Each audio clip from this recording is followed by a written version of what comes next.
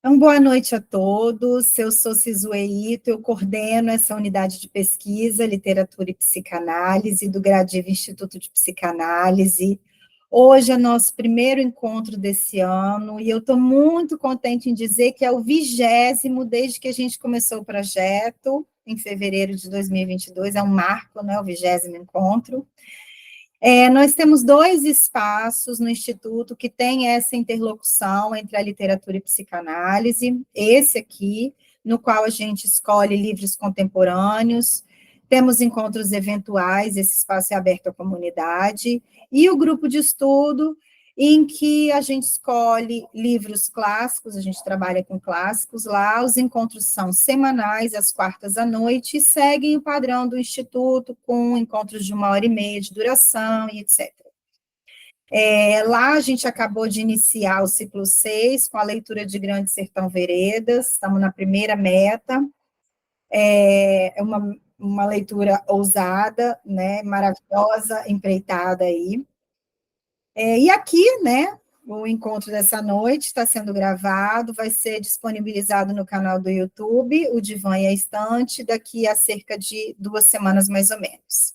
Então, feitas essas comunicações, dadas as boas-vindas, gostaria de dizer que me alegra muito quando a gente recebe nesse espaço o autor do livro escolhido, a gente tem aqui Diogo Bercito, autor de Vou Sumir Quando a Vela Se Apagar, lançado pela editora Intrínseca, e agradeço muito, muito esse privilégio, Diogo. Me encanta a possibilidade de desvelar o processo de produção artística, e essas conversas permitem a gente chegar mais perto de compreender, né? Isso. Muito obrigada, então, por vir compartilhar sua experiência aqui com a gente. Diogo Bercito nasceu em São Paulo, em 1988, é formado em jornalismo pela Faculdade Casper Líbero e mestre em estudos árabes pela Universidade Autônoma de Madrid e pela Universidade Georgetown, na qual cursa um doutorado em História, com especialização na História do Oriente Médio. Colabora com a Folha de São Paulo e escreve sobre literatura árabe e israelense para a revista 451. É autor das HQs Remi e Rasga Mortalhas, esta última indicada ao Prêmio Jabuti na categoria Histórias em Quadrinhos. Também publicou o livro de não-ficção Brimos, que aborda a participação de imigrantes sírios e libaneses e seus descendentes na política brasileira. Depois eu vou querer entender, Diogo, se é a sonoridade de primos mesmo, é isso mesmo? Ok. E aí, eu faço sempre, gente, um resumo do livro, né, a partir da minha compreensão, todo mundo que participa aqui sabe que eu tenho essa rotina, né, de fazer isso, essa é a dinâmica aqui do encontro. Para quem não teve a oportunidade de fazer a leitura, e para recordar quem já leu há algum tempo, mas eu sempre acho um pouco indelicado fazer isso, especialmente diante do autor, sempre fico um pouco constrangida com essa situação, mas eu vou pedir licença aqui a você para fazer isso, e depois eu vou te passar a palavra para você me corrigir, né? E você vai ficar à vontade para fazer todas as correções. Então, o romance Vou Sumir Quando a Vela Se Apagar, lançado em 2022, trabalha em 2 campos, o real e o concreto, no qual as histórias se desenrolam entre um povoado sírio, São Paulo e o interior paulista, e o onírico, em meio aos sonhos do protagonista, sonhos que são parte relevante da trama que acompanhamos.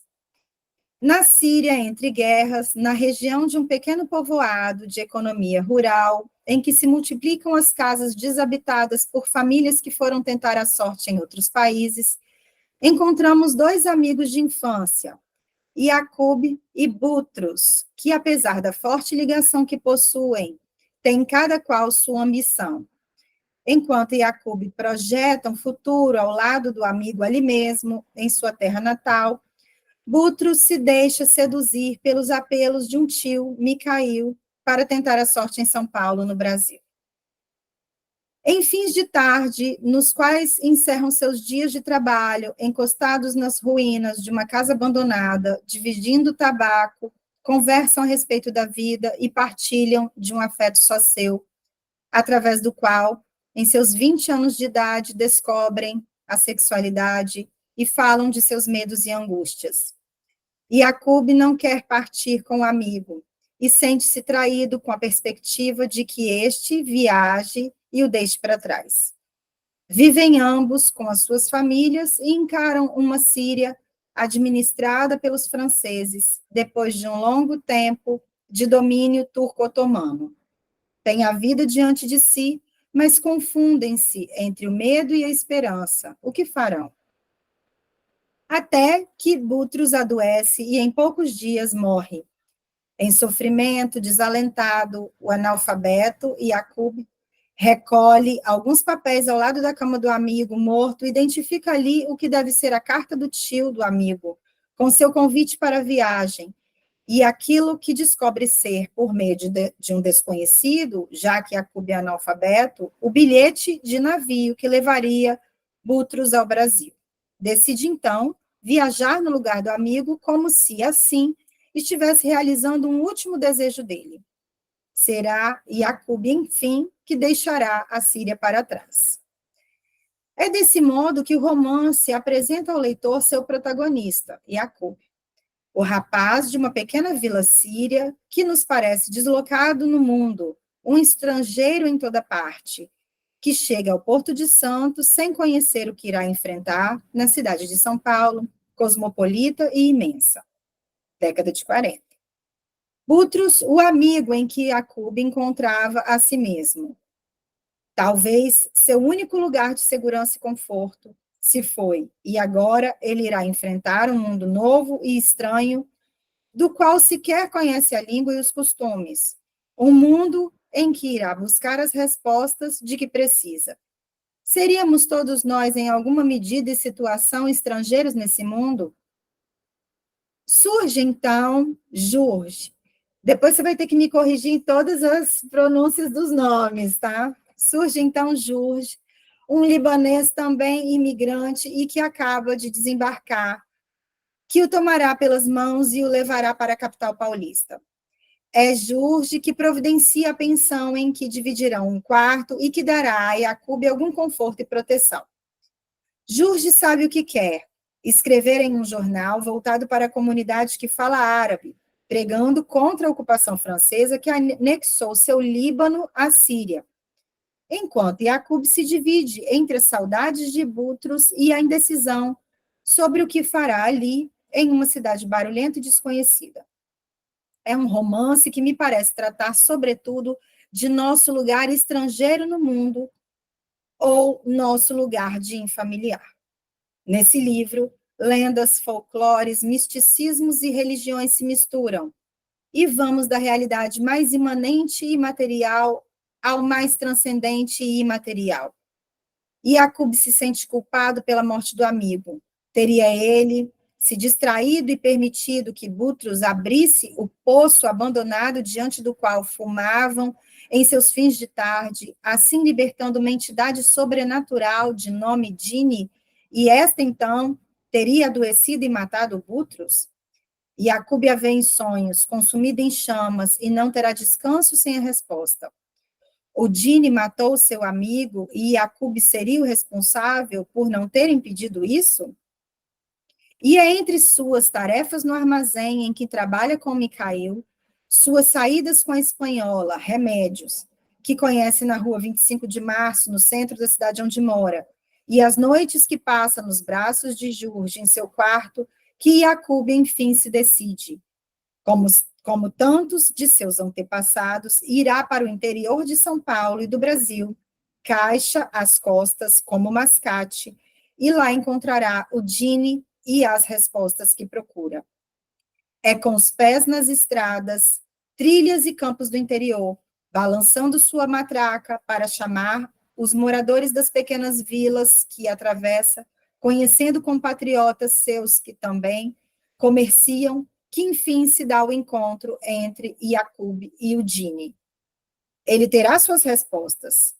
Butros foi morto pelo Dini, sim, mas Jacob não é o responsável por sua morte. Ele nada podia ter feito, mas poderá ser responsável pela morte de seu novo afeto, Jorge, se não fizer uma escolha entre duas alternativas dadas pelo Dini. Abrir mão de suas memórias do Brasil ou abrir mão de suas memórias da Síria. Esse é o preço a ser pago pelo fim de sua busca e pelas respostas que ansiava encontrar. Sua escolha o leva de volta à Síria natal, levado pelo Dini, em um final que nos sugere que a vida é, talvez, um grande ato de memórias e esquecimentos, e das escolhas que fazemos a partir de cada coisa ou pessoa de que nos lembramos ou deixamos para trás. Essa é a vida como nos é apresentada pelo romance, um balanço permanente entre lembrar e esquecer, entre permanecer e partir, entre cultivar ou não esperanças, entre amar e não amar. E aí eu passo, então, a palavra ao Diogo e eu queria que ele falasse um pouco como é que foi a escritura de Vou Sumir Quando a Vela Se Apagar, da relação dele com a cultura do Oriente Médio, árabe, enfim, falasse um pouco dessa relação aí da escrita, autobiográfica, talvez. A palavra é sua, Diogo. Nossa, quanta coisa, vamos lá. Gostei muito do termo lugar de infamiliar. Eu acho que era uma dos meus objetivos mesmo com romance. Vou até anotei aqui para pensar mais sobre o termo, né? Não conhecia esse termo. Vamos lá. O livro é um projeto de pandemia. Eu acho que a primeira coisa que talvez explique um pouco da ênfase na solidão, que para mim é o sentimento que está mais presente no livro, ou pelo menos que eu queria que estivesse mais presente no livro. E ele surge um pouco como uma tentativa. Deixa eu dar um passo atrás, então. A minha relação com o Oriente Médio é bastante tortuosa, né? Eu cheguei nisso um pouco por acaso. Primeiro eu fiz um mochilão pela região quando eu tinha 18, 19 anos. Tinha juntado um dinheirinho, fui para Israel, para Jordânia, para o Egito, comecei a estudar árabe, comecei a me interessar pela cultura da região, pela história, acabei virando correspondente da Folha. Então eu fui meio que uma coisa foi puxando outra, me levando para esse tema, que é o tema ao qual eu dedico minha vida nos últimos 10, 15 anos, né? É uma coisa que realmente me tocou de alguma maneira. E daí, nesse processo, alguns anos depois que eu fiz esse primeiro mochilão, eu resolvi voltar para a região, decidi ir para a Síria e para o Líbano. E comentando isso na minha família, alguém disse, que legal que você vai para a Síria, de repente você acha os nossos antepassados. E eu disse, mas que antepassados? Eu nunca soube, né, que eu tinha família na Síria. Porque minha família é basicamente italiana, espanhola, portuguesa, um pouco a mistura tradicional aqui do Brasil. E foi quando eu ouvi pela primeira vez que a minha avó paterna, né, a mãe do meu pai, que ela nunca conheceu o pai dela, né, e existia essa história de que o pai dela era um mascate sírio, que ele tinha passado por São Paulo, ali no começo dos anos 30, conhecido a mãe dela, que era uma imigrante espanhola chamada Remédios. Eles tiveram uma relação ali naquela São Paulo, enfim, fervilhante dos anos 30, e antes da minha avó nascer, esse homem desapareceu. Essa história que chega a gente, né, um pouco na lenda familiar, é uma história que a gente nunca comentou, por N razões, incluindo o fato de que minha avó tinha muita vergonha disso. Enfim, imaginando uma mulher grávida nos anos 30, que não era casada, tendo filha, e essa filha crescendo ali em São Paulo, numa sociedade bastante conservadora. Minha avó sem o sobrenome do pai dela, então foi uma história que foi bastante traumática para minha avó, né? E que demorou muito tempo a ser discutida na minha família. E quando foi discutida, minha avó já era uma pessoa idosa, né? Minha avó tem hoje mais de 90 anos, tem Alzheimer, e eu, desde aquele momento, né, já faz uns 15 anos, né? Eu fui para a Síria em 2010, faz 14 anos agora, 13, 14 anos, e eu sempre tento, enfim, estimular ela que fale. Agora, com Alzheimer mais avançado, ela tem começado a ter algumas lembranças mais nítidas daquela história, mas nada temos, né? A gente não sabe exatamente o nome dessa pessoa, de onde ele tinha vindo, para onde é que ele foi. Então, naquele momento, na pandemia, eu decidi, bom, eu vou inventar a história dele, né? Eu vou escrever a história de um imigrante sírio que vem para o Brasil nesse mesmo período, conhece essa imigrante espanhola chamada Remédios, e a minha avó nasce no fim do romance, né? Era essa ideia original. Não é o que acontece no romance, como vocês devem ter percebido. Não sei explicar como, eu sempre tive um pouco de resistência a essa ideia, né, de que a história cria sua própria vida, que o escritor não tem controle sobre a sua obra, os personagens ganham vida, mas é verdade de alguma maneira de que eu cheguei em algum momento desse livro e que eu não conseguia mais contar a história que eu queria contar. Durante o processo de escrita, eu criei esse personagem do Butros, né, que é esse amigo dele de infância, e aquelas cenas das relações deles ali no vilarejo, e aquilo tomou uma proporção muito maior do que eu queria, e depois, quando ele conhece o Jorge, tudo isso foi acontecendo no romance, e eu fui descobrindo durante o processo de escrita, né, e a Remédios ainda está ali, de alguma maneira, o personagem dela mudou bastante durante os rascunhos do romance, mas o meu bisavô virou outra pessoa, né? Meu bisavô virou esse homem que teve uma relação homoafetiva, enfim. A história aliás, você resumiu muito bem, Sizue. Então é uma escrita bastante esquisita, né? Tem esse lado autobiográfico da autobiografia da família, né? Não meu especificamente, mas que se perdeu no meio do caminho. Então tem homenagens, né, a personagens da minha família, né, Remédios, obviamente, as descrições da Remédios são baseadas em fotografias dessa minha bisavó, então as roupas dela, né, os botões, o sapato, o cabelo, né, o nariz, são coisas que são baseadas em fotos e descrições. Meu pai conheceu ela, né, então meu pai tem algumas memórias dessa mulher. A dona da pensão onde eles moram, em São Paulo, a Nunziata, é o nome da minha bisavó no outro lado, né, no lado italiano, então também tem esse aceno aí à família, mas de resto, enfim, é uma criação de ficção, né, eu acho que sai um pouco da minha vida, não sei o quanto a gente consegue sair da nossa vida, né, vocês que são psicanalistas vão saber dizer melhor do que eu, mas não se atém aos fatos, pelo menos, da minha vida, né, nesse trajeto. Então, um pouco isso, não sei se eu respondo a sua pergunta, eu já até me perdi um pouco na resposta. Você falou da questão autobiográfica que eu lancei aqui, mas não imaginava que tinha mesmo. Tem mais de autobiográfico do que eu poderia supor, porque eu não tinha assistido nenhuma entrevista anterior sua que eu tinha ouvido essa história, né? Perguntei da questão da cultura, né?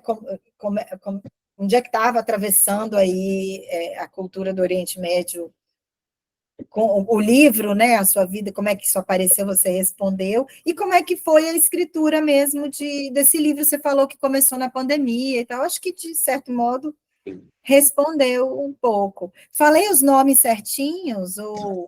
Sim, eu acho que sim, são nomes bem diretos, né, Jakub, Butros, Jorge, eu acho que falou super bem. Dini, tá certo? Dini também tá certo. A maior confusão que as pessoas fazem é chamar o Butros de Brutus, né, de trocar as letras, mas também não tem problema nenhum, enfim, acho que isso é de menos, né, no livro. Até algumas pessoas me perguntam sobre as palavras em árabe, né, que eu decidi não explicar, ou não incluir um glossário, mas porque essas coisas para mim são realmente periféricas, né? Acho que a história deveria falar por si.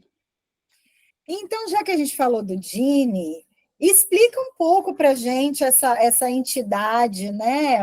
De onde explica um pouco, e também, assim, na minha percepção, ele começa, o Dini, né?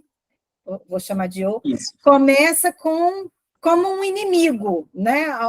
Que teria tirado a vida do Butros, mas num dado momento do romance, ele parece fazer uma parceria, né, com o Jakub, né? O Jakub começa a dormir e querer sonhar com o Dini, ele se torna um interlocutor, se torna alguém que o Jakub passa a perseguir em sonho, como alguém que pudesse dar as respostas que ele busca, né?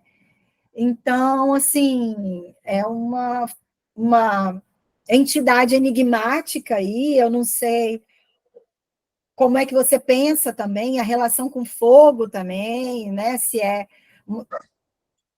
é da própria mitologia ou se é seu, a questão com fogo, enfim.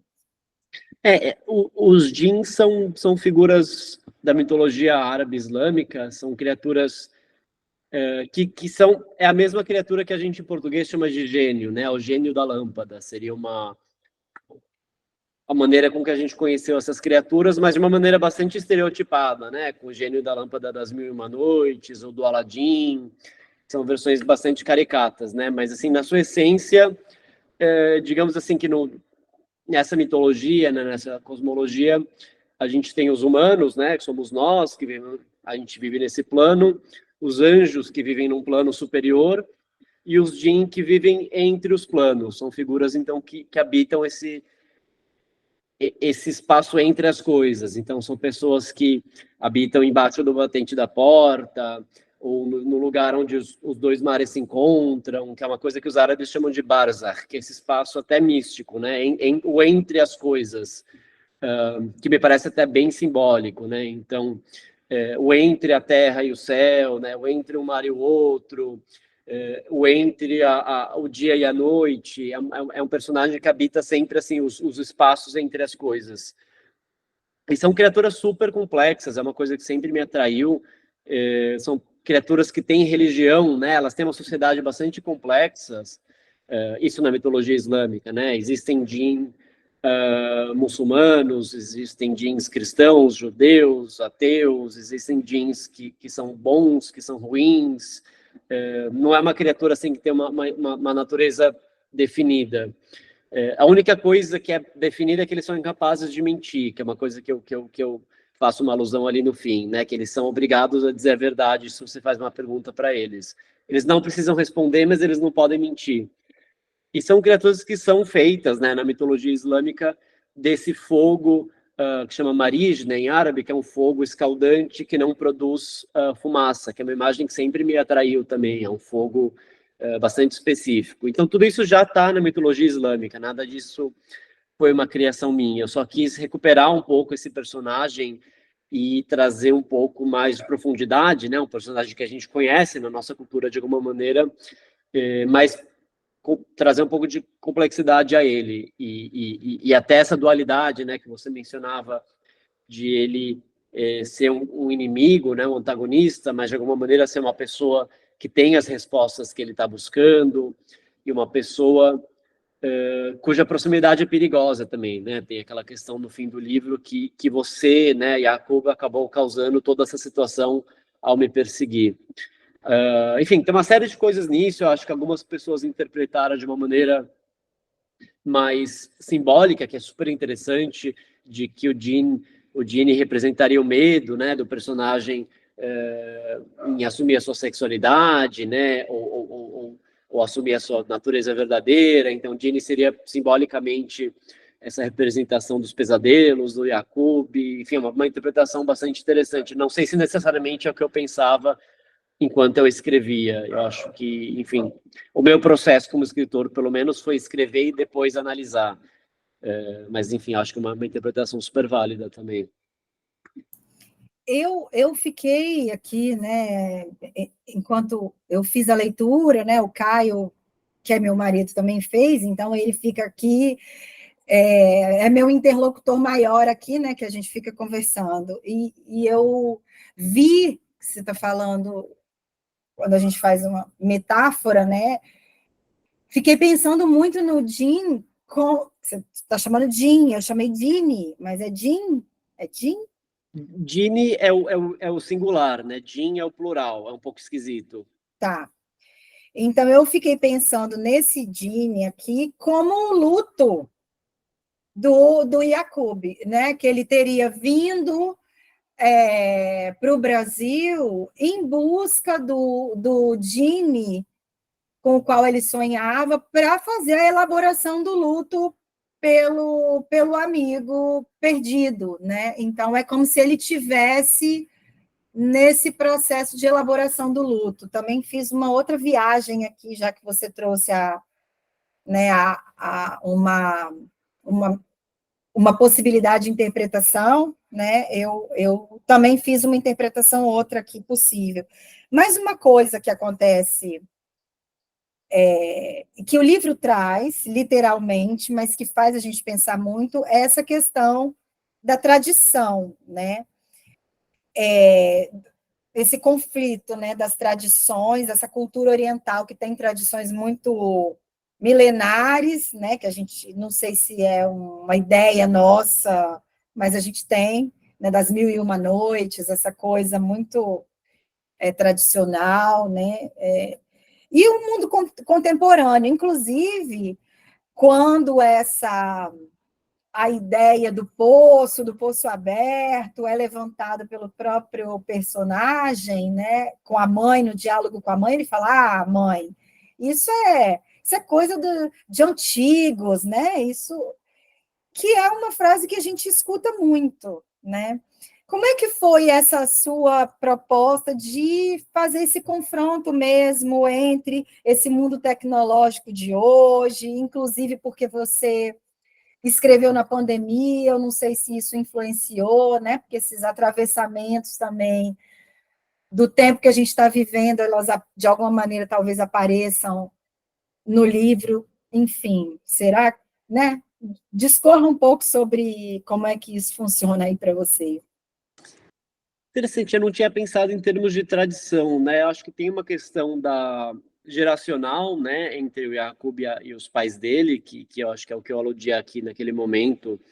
É um momento no Oriente Médio em que a constituição do homem moderno está acontecendo, né? Assim como no Brasil também, né? Mas é um período assim, o entre guerras no Oriente Médio é um período muito marcante dessa chegada da modernidade no Levante, né? O relógio de braço, as noções novas de tempo, de trabalho, de corpo, enfim, assim como no resto do Brasil, né? Não quero do mundo, eu não quero exotizar o Oriente Médio, né? A gente tem essa ideia da tradição como se o Oriente Médio fosse um lugar imutável, né, preso ao passado, quando na verdade, enfim, depois a gente pode falar um pouco mais sobre sexualidade, mas essas coisas que a gente pensa que são tradicionais, na verdade são muito recentes, né, são do fim do século XIX, começo do século XX, e até a criação de sociedades mais conservadoras tem a ver com o contato do Oriente Médio com as potências europeias, mas isso, enfim, acho que a gente deixa para outra pergunta, não quero me embananar. Mas eram, enfim, essas coisas um pouco que eu estava pensando, né? Aquela roda de conversa ali no vilarejo, essas pessoas que começam a se abrir para ideias nacionalistas, começam a refletir no futuro da Síria, o futuro do Líbano e que relação eles vão ter com as potências colonizadoras. Eu acho que era mais nessa linha que eu estava pensando em termos de tradição, né? E daí tem esse encontro dele com a modernidade em São Paulo, que era o encontro nosso com a modernidade também, né? Era o encontro da Remédios também com a modernidade, como era dos meus antepassados italianos, que também vinham de vilarejos na Itália. Eu acho que São Paulo é um espaço muito interessante para pensar nisso, ali no começo do século XX, porque São Paulo vem de um vilarejo e, de repente, vira essa metrópole que a gente conhece, né? Com a chegada de centenas de milhares de imigrantes, com a urbanização, a industrialização, e a gente estava um pouco todo mundo nesse mesmo caldeirão. Eu acho que São Paulo talvez, enfim, se eu tivesse que escolher um lugar para voltar no tempo e renascer ou viajar no tempo, eu iria para lá. Assim, eu acho que era um espaço muito muito produtivo dessas questões, né, que a gente está discutindo. Eu não sei se eu que estou mais atenta ao tema, ou se tem sido mais discutido mesmo, esse tema dos filhos dos imigrantes, né? Eu acho que eu tenho visto mais produções, por exemplo, em séries, minisséries, né? Assisti uma recentemente chamada, tem uma muito engraçada, né? Que é tipo uma dramédia, que foi Treta, que me atravessou, tá na Netflix, que são foi premiada, mas são filhos de imigrantes coreanos que estão nos Estados Unidos e que tem uma briga de trânsito, mas depois a coisa vai ganhando uma dimensão da expectativa que esses pais, né, os pais têm em relação a esses filhos. E eu sou Sizue Ito, né? Eu sou neta de japoneses, então assistir essa série me mexeu comigo, né? Porque tem essa coisa também que eu acho que muitos de nós aqui são filhos, são netos, né, de imigrantes. Teve uma outra série muito recente, que está no Prime, chamada Expatriadas, que é com a Nicole Kidman, que são 3 mulheres que vão para Hong Kong, de países diferentes, uma indiana, uma coreana morando nos Estados Unidos que vai para lá, e ela que é americana também, e fala muito dessa questão da imigração.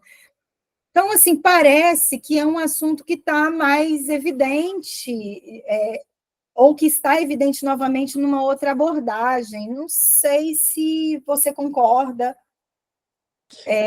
Enfim, é isso. Eu nunca tinha pensado por esses termos, mas existe mesmo. Assim, eu tenho visto isso na literatura também, e um livro que me inspirou muito, saiu acho que em 2016, eu vou dizer, um pouco antes, um pouco depois, que é a Solidão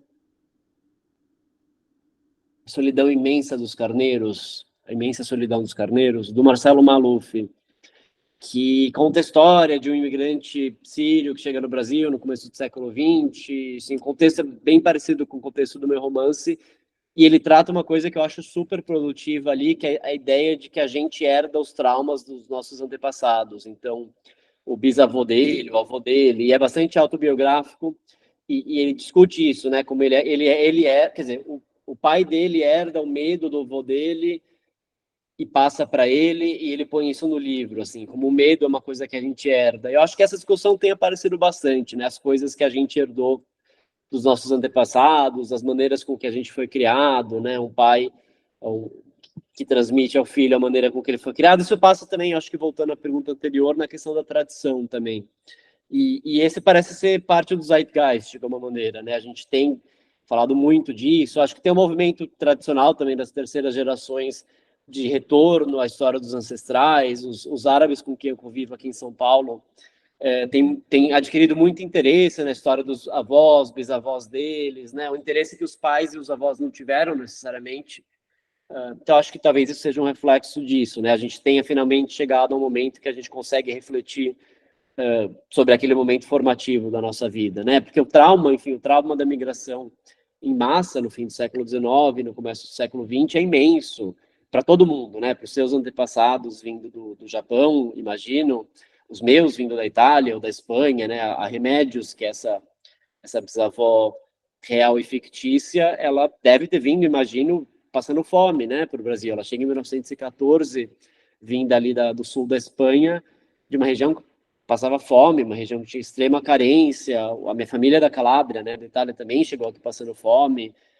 Famílias se separaram no caminho, então acho que talvez a gente tenha levado algum tempo para pensar nesse trauma que está na base da formação social do Brasil. E na clínica também aparece, né? A Mariana levantou a mão, vamos ver o que ela tem de experiência, ou algo que ela vai falar para a gente aí.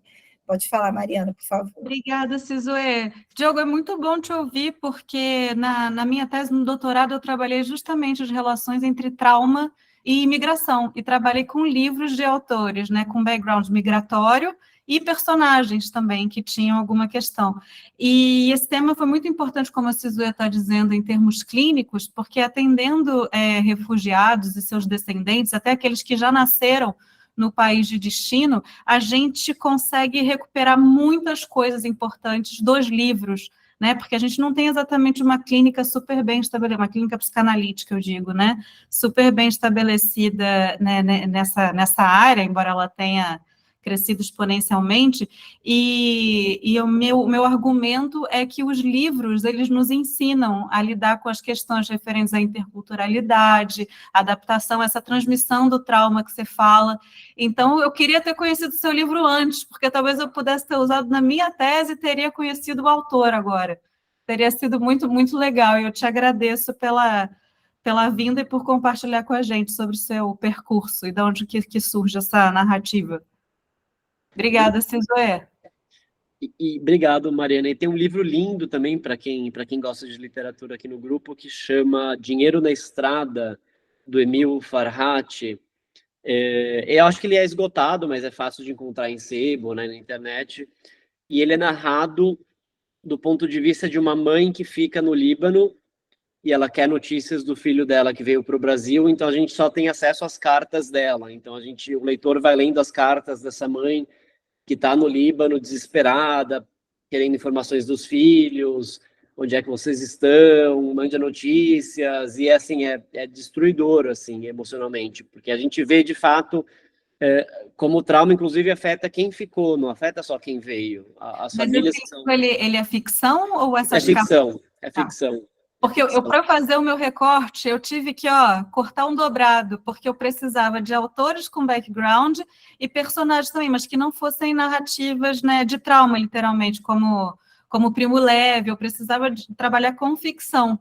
E, inclusive, eu usei um livro de um autor aqui de São Paulo, que é o William Fuchs, A Resistência, não sei se você conhece, né? Ele é filho de imigrantes argentinos que vieram para o Brasil na época da ditadura, e, enfim, eu estou muito curiosa para... Eu não consegui ter acesso ao seu livro ainda, mas eu gostaria de lê-lo integralmente, quem sabe, né, propor algum trabalho, alguma escrita sobre ele, porque certamente vou encontrar alguma coisa interessante. Obrigada, viu, Diogo? E aí, a gente tem aqui um protagonista, né, que, gente, desde o início é um protagonista estrangeiro no seu próprio país, né?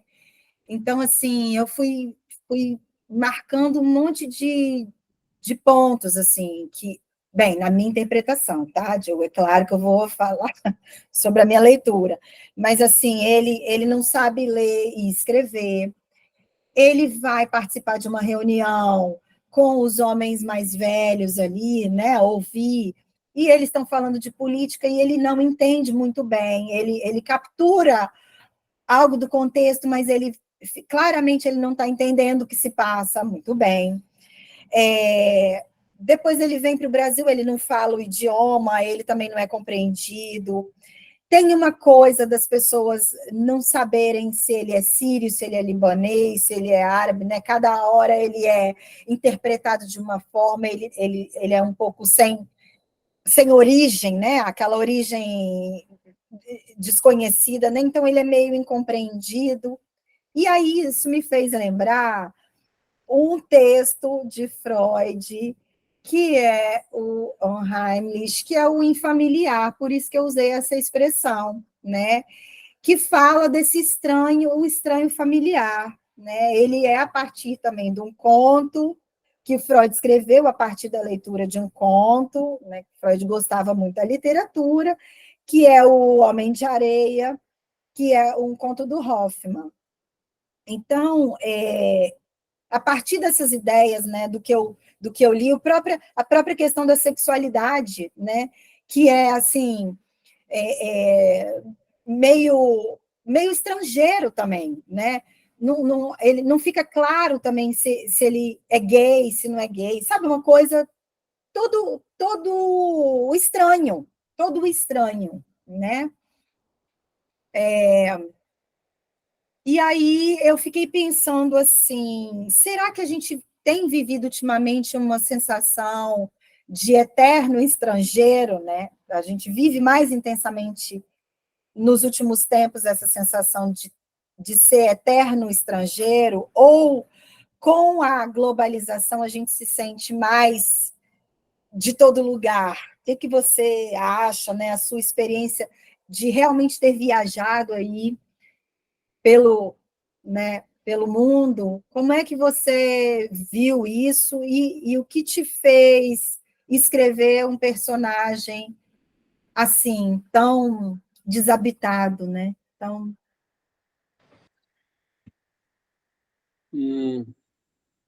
Ótimas perguntas. Eu acho assim, eu acho que numa primeira camada tem o fato óbvio, né, que eu sou um estrangeiro, no sentido de que eu moro fora do país há muito tempo. Agora eu estou em São Paulo, por acaso, estou fazendo o trabalho de campo do meu doutorado, mas eu não moro, de fato, no Brasil há 11 anos, né? E então, acho que tem a questão de ser um estrangeiro, né, de ter passado por tudo isso que o Jacob passou, de uma maneira ou outra, não na mesma intensidade, obviamente, é muito mais fácil ser um estrangeiro hoje do que era no começo do século XX, mas essa tensão, né, entre o familiar e o estrangeiro é muito presente na minha vida. Já morei em diversos países, né, morei no Marrocos, no Líbano, no Egito, na Palestina, na Espanha, nos Estados Unidos, e é uma coisa que até me dá combustível, né, é engraçado, eu tenho há muito tempo. Bom, eu viajei muito na minha vida também a trabalho, né? Quando eu era correspondente da Folha de São Paulo, eu estive possivelmente em quase todos os países da Europa, por exemplo. Fui para lugares como Armênia, Nepal, Iêmen, que eu nunca imaginaria ter conhecido. Mas nos últimos anos, fazendo doutorado, acabei ficando mais preso, entre aspas, nos Estados Unidos. Quando eu viajo, eu venho para o Brasil, ou vou para a Espanha visitar a minha sogra. Então, eu tenho estado muito em lugares familiares, e eu sinto muita falta de estar na posição do Jacob, né? De estar nessa posição de não conhecer a língua, não conhecer a moeda, não conhecer a sociedade. É uma coisa que me faz bem e que me faz falta. Então, assim, enfim, analisando uma coisa que eu nunca tinha pensado, né? Mas eu acho que é um pouco um retorno nessa posição, né? De não entender as coisas, de meio que reconstruir o significado das coisas de novo a partir do zero. E eu acho que todo mundo vive isso de alguma maneira, né? A pessoa que vem do interior de São Paulo para a cidade grande, né? E tem que aprender a andar de metrô. Por acaso, um pesquisador, amigo meu, que mora no interior de São Paulo, estava aqui em casa em São Paulo e andou de metrô pela primeira vez e foi ao centro de São Paulo pela primeira vez, e vendo também a cidade pelos olhos dele, eu me dei conta de que esse estranhamento a gente nem precisa ir tão longe, né? Para sentir. Enfim, saindo um pouco da pergunta, mas eu acho que para mim, essa ideia do infamiliar é muito forte, né? Apesar de eu não conhecer o termo até 10 minutos atrás, é uma coisa muito presente para mim, e que eu acho que me move também, e move certamente o meu personagem. Você estava citando exemplos aí, né, também do encantamento com esse desconforto do novo, né? Existe também o deslumbramento com... Aí eu é só ler Grande Sertão Veredas. Eu, na hora, falo, não, leia Grande Sertão Veredas, que também dá um deslumbramento né? Porque... Agora, fala para a gente um pouco sobre os sonhos, né? Como é que é essa coisa? Tantos, né? O livro, os sonhos têm um papel importantíssimo, né, nesse romance. E como é que são os sonhos aí para você, assim? Porque os sonhos são muito importantes para a psicanálise também, né? É uma pergunta bem de psicanálise mesmo, né? É. E essa pergunta sempre aparece, né? E eu acho que não é uma coisa sobre a qual pensei tanto. Eu acho que foi um recurso que eu encontrei para mover a narrativa adiante. Eu sou, enfim, escritor, sou uma pessoa que sonha bastante, né? Ou se lembra bastante dos sonhos. Quando eu fazia análise com mais frequência, eu adorava, né, ir na análise, discutir os sonhos. Então, eu acho que eu tenho esse interesse pelos sonhos. Eu fui uma pessoa que escrevia meus sonhos por muito tempo, depois eu abandonei porque era um projeto muito longo. Mas eu, quando era adolescente, jovem, adulto, eu adorava escrever meus sonhos e pensar sobre eles. Então, acho que tem um pouco disso, né, que vem dessa trajetória. Mas eu queria também, eu acho que tem a ver com a ideia do realismo fantástico e do próprio personagem do Dini.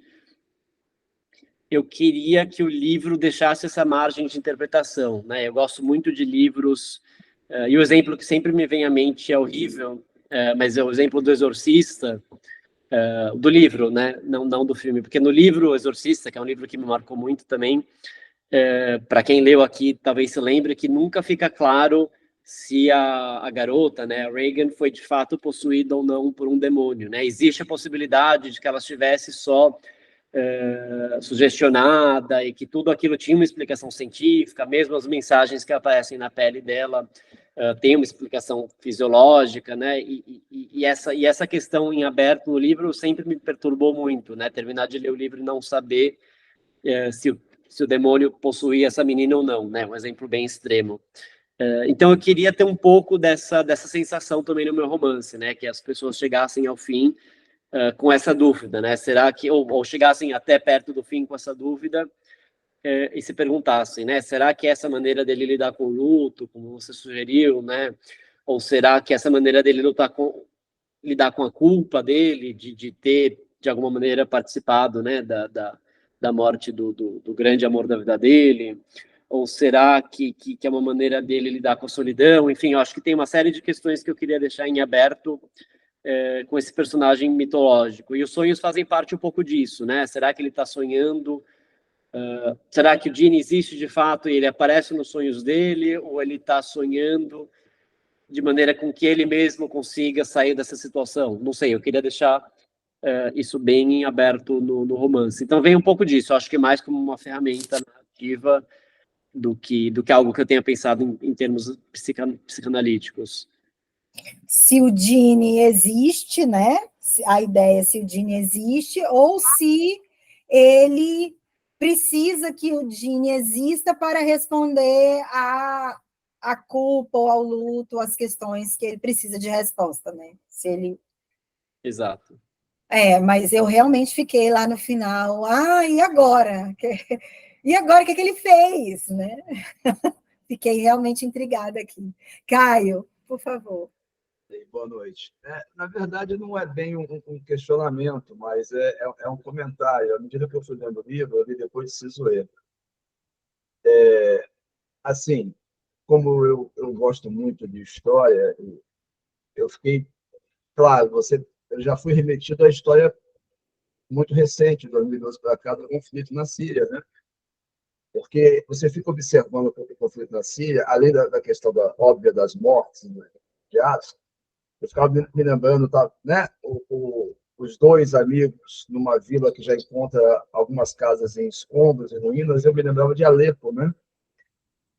Alepo era a maior cidade síria até a guerra. Ela foi tão maltratada e tão destruída que ela já não é a maior cidade síria, ela perdeu o posto para Damasco. E eu me lembrava também de um filósofo, eu li pouco ele, mas o Avicena, né, já o nome latinizado, Avicena, que trata da questão da essência, da existência. Eu falei, gente, mas... E Alepo, eu acho que é uma cidade que tem 5, 6, 7 mil anos, né?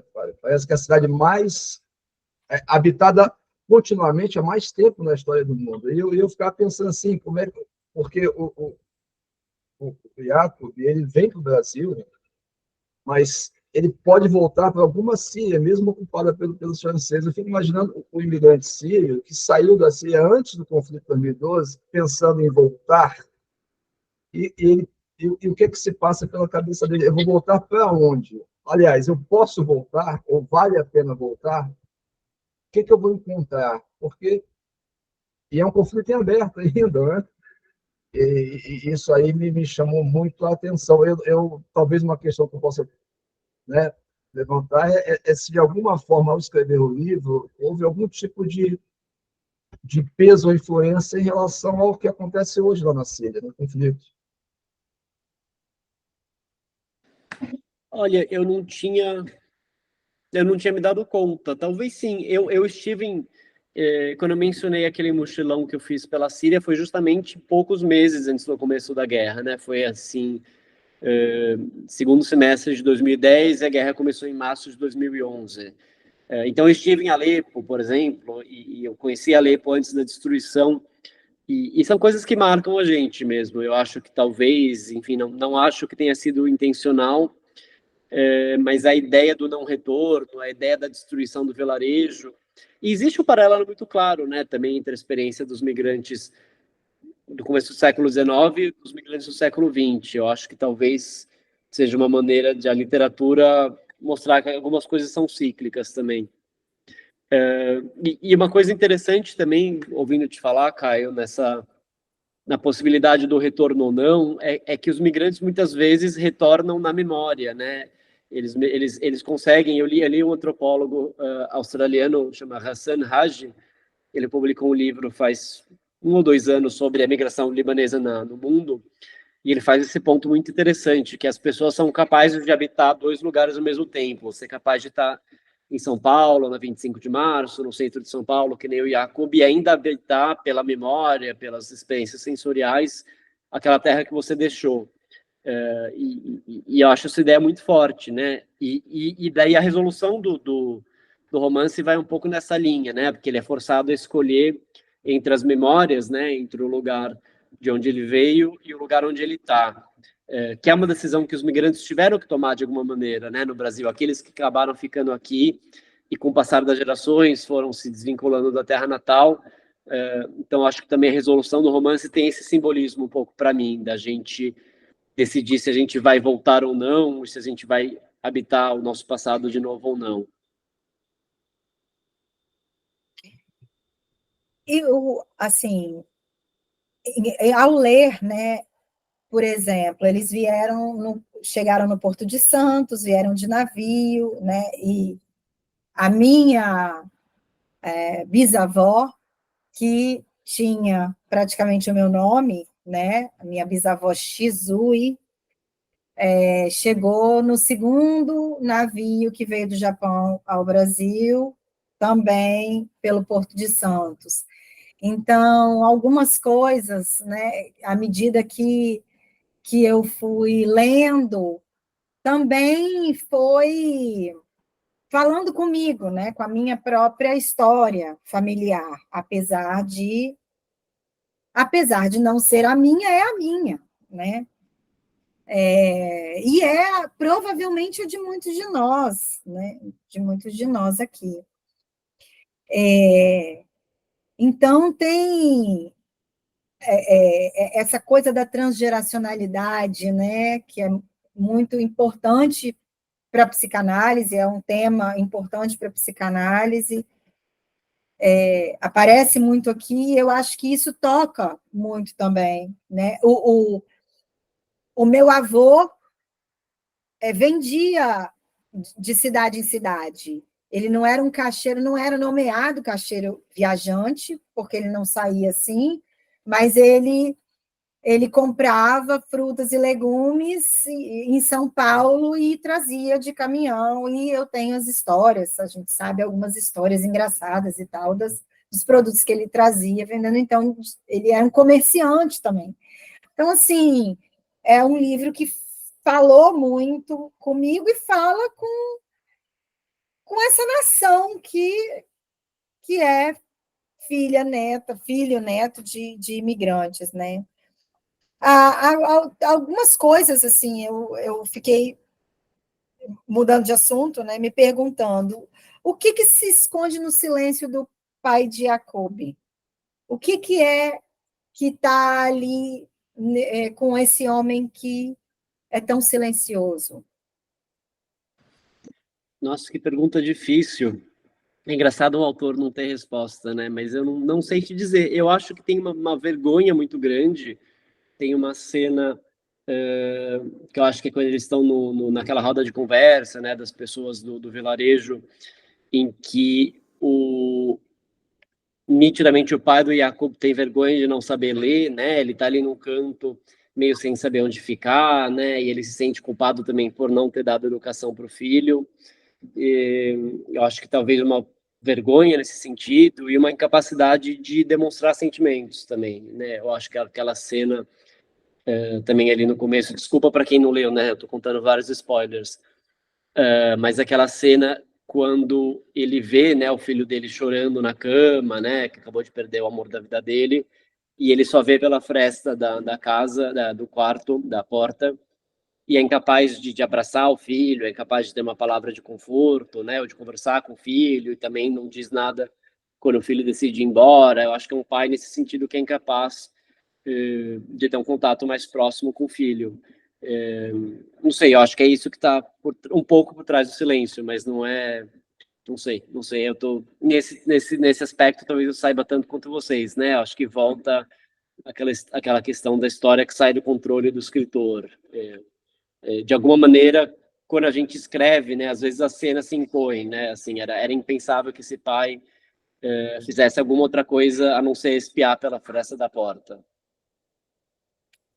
E escrever esse amor entre Yakub e Boutros numa sociedade conservadora, mas que isso também não foi uma questão, né? Isso não foi uma questão no romance. Foi uma escolha, como é que... Sim, eu acho que essa deve ter sido a escolha mais pensada do romance. Aí sim, de fato, eu não queria de maneira alguma que fosse um romance sobre a dificuldade da aceitação da sexualidade ou a perseguição a um homossexual ou os embates dele com os pais dele, com a sociedade, né? Realmente não queria que fosse isso. Eu acho que a literatura está cheia de livros sobre isso e eu queria, na verdade, naturalizar, né, a experiência homoafetiva que ele tem naquele momento, né? Eu queria que fosse uma experiência bonita, né? Como as cenas do Yakub com Boutros no vilarejo, que fosse uma coisa tenra, né? Mas que não trouxesse essa carga negativa que a gente acabou se acostumando a ter, né? E eu acho que reflete uma série de coisas. Eu acho que tem uma questão de história, né? Eu sou historiador, estou fazendo um doutorado em história agora, e uma necessidade de se ater ao vocabulário que a gente tinha na época, né? O vocabulário que existia na sociedade dele e na nossa para descrever esse tipo de relação. Ele até diz em algum momento, eu acho, no romance, se eu me lembro bem, que ele não tinha palavras, né, para descrever aquilo que ele estava sentindo. Então tem uma questão até de vocabulário e da construção da subjetividade dele. E um pouco também fazer jus ao fato de que nas sociedades do Oriente Médio, ali no fim do século XIX e do século XX, a homossexualidade não era necessariamente condenada, né? Assim, a gente tem inúmeros casos de histórias homossexuais em séculos de existência da cultura árabe islâmica. Um dos grandes poetas da tradição árabe, o Abu Nawas, que escrevia no Iraque, ali na época das Mil e Uma Noites. Ele era um poeta famoso por escrever poemas sobre jovens, sobre sexo com jovens que traziam vinho, né, nas tavernas. Enfim, existia uma tradição homoerótica muito forte no Oriente Médio, assim como existia na Grécia Antiga, né?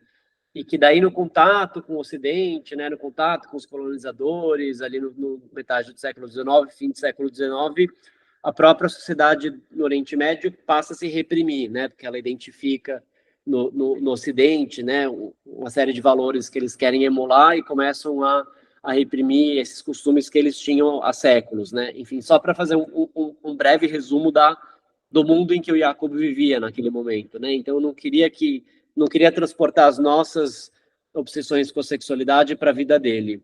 E eu queria que ele tivesse, enfim, a possibilidade de viver isso de uma maneira bonita, né, de novo, de uma maneira carinhosa, de uma maneira sensível, né, sem ficar, parece assim, poluindo a questão com mas e o que os pais dele pensam, o que a sociedade pensa, o que a Remédios pensa, né? Eu queria que ele simplesmente tivesse a possibilidade de se conectar também com o Jorge, né, com esse outro personagem, chegando ao Brasil. Então, isso sim foi realmente de caso pensado, e eu acho que é a coisa que eu tenho mais orgulho assim, do livro. Eu acho de ter conseguido construir essa relação que tocou, acho que muitas pessoas, e eu recebo muitas mensagens no Instagram, assim, diariamente, de leitores, né, jovens leitores que se identificam de alguma maneira ou encontram, extravasam, né, seus sentimentos ali por meio dessa relação. É uma coisa, enfim, que me deixa muito feliz. E a relação com o Jorge também é uma relação muito bonita, né? O Jorge acolhe, né, o Yakub, né? Ele, assim, a minha ideia é que era um menino desamparado e o Jorge, que estava muito seguro, já sabendo o que queria em São Paulo, muito decidido, e o Yakub completamente perdido, né? Luto, né? Silencioso, e o Yakub expansivo, ele acolhe e cuida. Então, tem, assim, eu acho que são duas dois relatos, né, de dois amores ali. E no final, isso foi um diálogo que eu tive com o Caio, né? Eu falei, parece que o Jacob não veio para ganhar a vida em São Paulo. Parece que ele não tinha esse interesse, né? Que ele veio para resolver um grande sofrimento, para tentar encontrar que resposta para a dor que ele tinha. Mas que ele nunca tinha, tanto que o tempo inteiro ele falava, eu quero voltar, em algum momento eu vou voltar. E aí, naquele final, no momento do acordo ali, né, que o Jimmy coloca para ele as duas opções que ele tem, não era sobre São Paulo e a Síria, era sobre Jurge ou Butros, né? Parece que eram essas as escolhas, né? E aí ele escolheu entre esse ou o amor do Brasil ou o amor da Síria. Essa foi minha interpretação. Já que a gente está dando todos os spoilers possíveis, aí, né? Já estamos indo para o finalzinho, Caio. Não, é uma observação em cima disso que você falou, Cisê. A gente acaba achando que a imigração ela só, é quase como se fosse a imigração natural, né? Por razões financeiras e sociais. E há tantas razões que levam alguém a imigrar, às vezes a pessoa não confessa qual é a sua maior razão, né? É um desconforto qualquer, de qualquer tipo, né? Ou uma curiosidade, e a gente... Mas você, às vezes você ouve essa pergunta, não sei que esse imigrante deve ouvir essa pergunta, o imigrante que saiu de um lugar em que estava bem. Mas por que você saiu de lá? Você não estava bem? Você ganhava mal? Você estava desempregado? Não. Porque eu tenho vários amigos que estão morando fora, e, honestamente, mas pensando, lembrando rapidamente aqui, talvez eu encontre 1 ou 2 de 10 que tenham mudado por razões financeiras. O resto mudou porque quis mudar. Largou emprego, largou casa, eu quero mudar, eu posso, eu vou conhecer, vou tentar alguma coisa que me acrescente, que eu não consigo acrescentar aqui mais, entendeu? E é bacana ver isso no livro, né?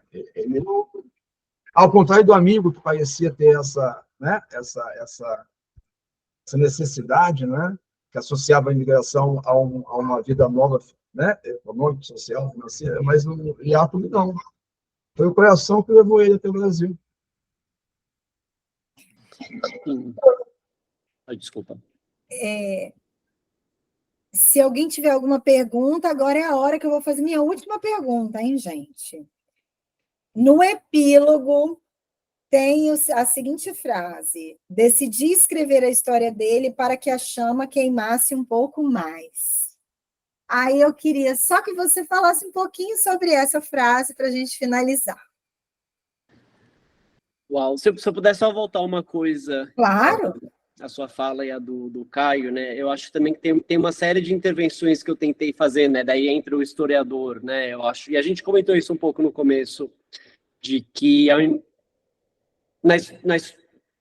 da maneira com que a história da imigração árabe foi escrita, né? Eu acho que é o mesmo caso, ou parecido com a imigração japonesa, de que foram pessoas que chegaram aqui paupérrimas, né? Sem educação e conseguiram ascender socialmente muito rapidamente, e existe uma série de preconceitos que a gente tem, né, com a figura do imigrante árabe, e eu queria quebrar todos, né? Então, assim, a escolha de um personagem que vem da Síria e não do Líbano, a escolha de um personagem analfabeto, a escolha de um personagem que tem uma relação homoafetiva, né? Um personagem, como o Caio dizia, que não queria imigrar por razões econômicas, e a escolha do ambiente que ele circula também, entre outros imigrantes pobres, enfim, tudo isso foi bem intencional, né? Eu acho que eu queria mesmo mostrar um outro tipo de imigração, um pouco complicar a imagem que a gente tem, essa era uma coisa.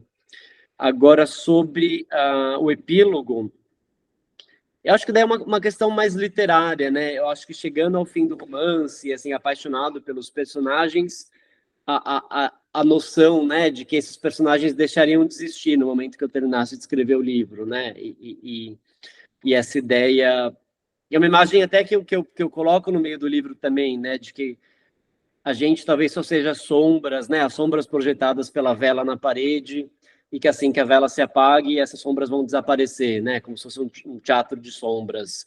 Isso aparece no começo e eu acho que aparece no epílogo também. Então, um pouco essa ideia de que o Jurja, o Jakub, né, Remédios, o Butros, essas pessoas deixam de existir quando a gente se esquece delas, ou quando a gente deixa de contar as histórias delas, né? Então, nessa narrativa ficcional, o próprio Dini, né, essa figura se dá conta de que ele também vai deixar de existir e ele tenta um pouco prolongar a existência dele por meio da ficção. Então, acho que era a ideia, enfim, de recurso narrativo mesmo que eu tinha em mente. Porque o fogo, né, tem essa simbologia da paixão, né? Então, também tem uma declaração de amor pelo seu projeto, pelo seu livro aí, né? Já que estou aqui viajando nas interpretações, né? Você diz aqui que você deseja que a chama queime um pouco mais, né? Então, é todo uma frase muito erótica, inclusive, né? Em relação ao seu livro. E é isso, gente. Então, queria agradecer muito, Diogo, pela sua presença, foi sensacional, a leitura foi especialíssima, a conversa foi boa demais, adorei a experiência, espero que você tenha gostado também. Agradeço muito, muito. Obrigada a todo mundo do Instituto que esteve aqui com a gente hoje. E passo para você se despedir aí do pessoal. Tá certo, obrigado, gente. Espero que tenham gostado do livro. Depois, se alguém quiser mandar comentários, críticas, sugestões, eu sempre vejo mensagens em redes sociais. E é sempre um prazer, né, conversar. É super estranho conversar sobre coisas que vieram da nossa cabeça, né? Um personagem que a gente inventou e ouvir pessoas criando suas próprias teorias, né, e conversando sobre isso é sempre bastante estranho, né? Ainda não me acostumei. Mas o próximo livro, enfim, fazendo propaganda também, sai no ano que vem pela Companhia das Letras. Ainda não tem título, sai em março, provavelmente. Mas esse sim tem bastante. Queria dizer que tem bastante psicanálise, mas querendo dizer, os dois protagonistas, eu pensei neles com viés mais psicanalítico, né? Enfim, o livro é um livro sobre o luto em relação à morte dos pais, e tem um personagem que tem uma questão como que chama em português? Ansiedade de separação, um personagem que tem dissociação de personalidade, enfim. Essas coisas não são ditas no enredo, porque também se passa nos anos 30, mas acho que vocês que estudam isso talvez se interessem mais. Então fica aí, se vocês se lembrarem até março, acho que é um livro que talvez interesse vocês mais do ponto de vista psicanalítico. Já está certo. E se, quando você lançar o próximo, você puder vir conversar com a gente de novo, né? A gente vai te convidar, dependendo da sua agenda aí, na ocasião, a gente vai ficar muito feliz se você puder vir falar de novo com a gente. Tá certo. Obrigado, gente. Boa noite para todo mundo. Obrigada. Boa noite. Tchau, pessoal.